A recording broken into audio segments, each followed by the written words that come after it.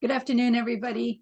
Today is April the 4th, and I am giving a little update because we aren't going to have a staff meeting tomorrow. So I wanted to make sure and connect with you all and give a little update. So first of all, I want to let you know that a reminder that on April 19th is our next awesome staff retreat. I'm very excited about that retreat, spending the day with all of you and being able to have everybody get to know each other even more. And I do know that I have a fun game planned for that event, and then we have some other stuff going on. So if you haven't made your travel arrangements, make sure and get all those settled now, and we look forward to seeing you on the 19th. I also wanted to let you know that we are in the middle of a transition. We are working really hard to do work around integrating our education services team with our legacy work. So for those of you who might not know that language, since we have so many new staff, our legacy work is kind of the part of work that this organization was originally built to do, which is around benefits administration. And that really is around how we fund people for their tuition assistance, and we get them tutoring, and we do all those things. And it's really focused on people who are already working in the healthcare sector and advancing their careers. That's our legacy work. And then you all probably know that around 6 years ago, our board shifted gears and said, hey, it's not enough that you're working with folks who are in the healthcare sector. Can you help bring people in from the community into healthcare? And so we started our apprenticeship programs, our IHAP program. We started the NAC program, and all these things where we're actually teaching and doing instruction. And that is really focused on getting people from the community into healthcare sector. And that's our education services team. And when we started that work around 6 years ago, we kind of did it as a pilot, and we were off kind of trying to just figure out how to make it happen, how to get it going. And now that work has become a huge piece of work that we do as an organization. And so one of the main things that we're trying to do is actually now integrate that more closely with our legacy work so that there's crossover, because there are pieces of work that are the same that we have been doing separately. So for example, with students, when we have our folks who are members, who are part of the contributing employers who are trying to get their tuition assistance, they talk to our navigators and they create an education plan, and they figure out where they're going to want to go. And the navigators help support them through that work. On our education services team, we have folks who are also working with students to try to help make sure that they get into their programs and get everything settled.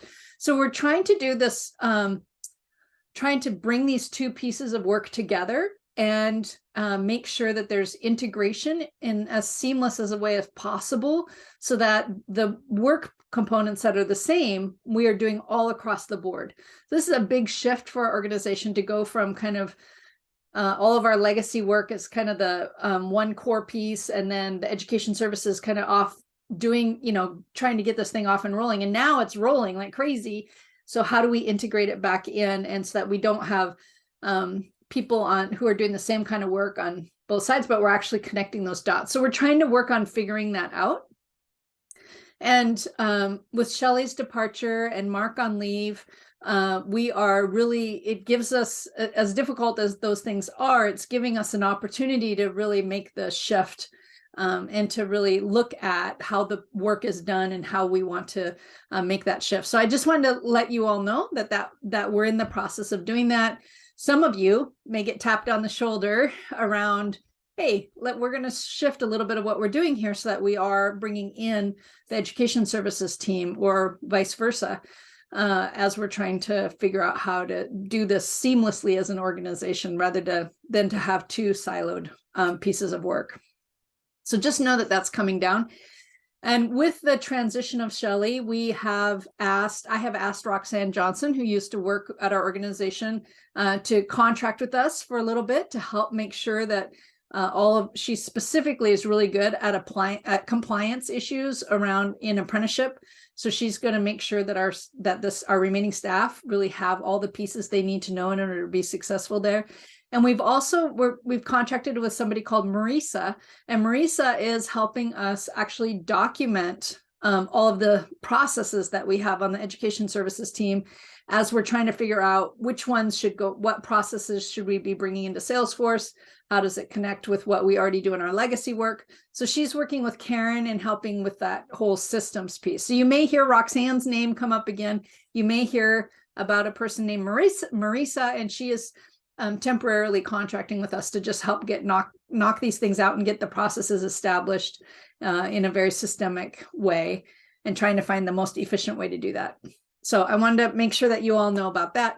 And then the last piece that I want to just mention, as we, the legislative session will be coming to an end here in the next couple of weeks. The great news is that we do still have money in the budget right now, in the legislative budget. There's a different language in the House than there is in the Senate. We'll see where we land, somewhere in the middle, but hopefully we will be getting some funding from the legislature in this next legislative session that will be more flexible money. So it's not, because it's not contributing employer money, it allows us to use that money a little more flexibly. So I'm keeping a close eye on that and watching, see where we land, and being able to hopefully access that funding quickly, soon after the legislative session ends. But it all depends on whether the way the legislative session works, that language can vary significantly. So we're trying to get it narrowed down. So hopefully that money can come. There's always a fiscal agent, so via a fiscal agent, but then directly to us, versus having to go out to an RFP where other people are also applying for those funds. And so we're working on all that, trying to get the best possible scenario we can for ourselves in the political climate that we're in. So it's a little bit tricky, but it's great news that where it's at right now, that we're in the House proposal and we're in the Senate proposal in both of those budgets. That really speaks well to the possibility that we will actually get that funding. So super excited about that. And then separate from that, there is still language. There's some on the behavioral health apprenticeships. There's still proviso language that's making its way through that would provide us, and our partner employers with incentive fundings to continue participating in the apprenticeship program. So I'm also keeping an eye on that, hoping to that we will have access to that funding for our partners to continue building out those apprenticeship programs. So lots of really exciting things. I do want to say that I'm going to do another video shortly, I do believe, because there's some significant projects that have happened. So, and I'm sorry, I'm looking down here because I'm clicking on my screen here, but I do know that our HEAT projects have just been submitted. So all of our HEAT projects are happening. So there's information to share about that. There's information to share about our English language learning program that Joshua and his team have been working on. And I know that that's coming online really, really soon. So that's super exciting. And there's information about the culinary program. So there's a lot of labor management partnership pieces that have been moving, as well as, of course, the ACIT program, which had our larger cohort than we've had in the past. By larger, it's our first cohort with, I think it was 7 people going through who all successfully completed. So there are some pieces that we'll share, but I wanted to just get this piece out the door for now. So you have this information, and I will reach back out either through a staff meeting, or I'll do another video, or whatever works best, depending on the timeline.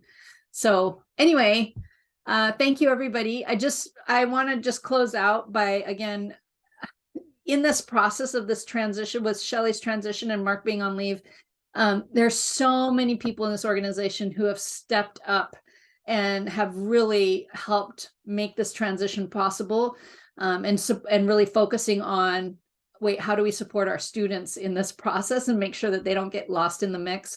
So I just really, especially the folks on the education services side, I want to give the huge shout out to Chidi, to Jessica Resnick, to Megan McQuaid, to Jenny Hahn, to Nakia, to I know Joshua and Sukanya, and there are all these folks who have really stepped up to try to help us make a difference and continue this work, and to figure out systems for us moving forward. Karen, and even Oksana, Oksana had a role to play, and Becca has been playing a huge role, like all these folks. And I just want to call out a huge thank you. And I'm sorry if I missed you. Because I didn't have a list of names ahead of time. I apologize if I missed you in this mix, but I just really want to thank everybody who's stepping up and helping our members and our students continue to be successful as they're making their way through our program. So I really have faith that in the end, this organization and all of our students will be better served by what's happening right now. Because I do see that where we didn't have systems, we're now getting really solid systems implemented and established. So just thank you to everybody for your work on stepping up into those roles and helping make it possible. So you are, each and every one of you is making a big difference for us as an organization, and in turn, helping our members and our students be successful. So I just thank you for all the work that you do. And I look forward to seeing you at our great staff meeting that I'm very excited about on the 19th. Okay, have a great rest of the day. Bye.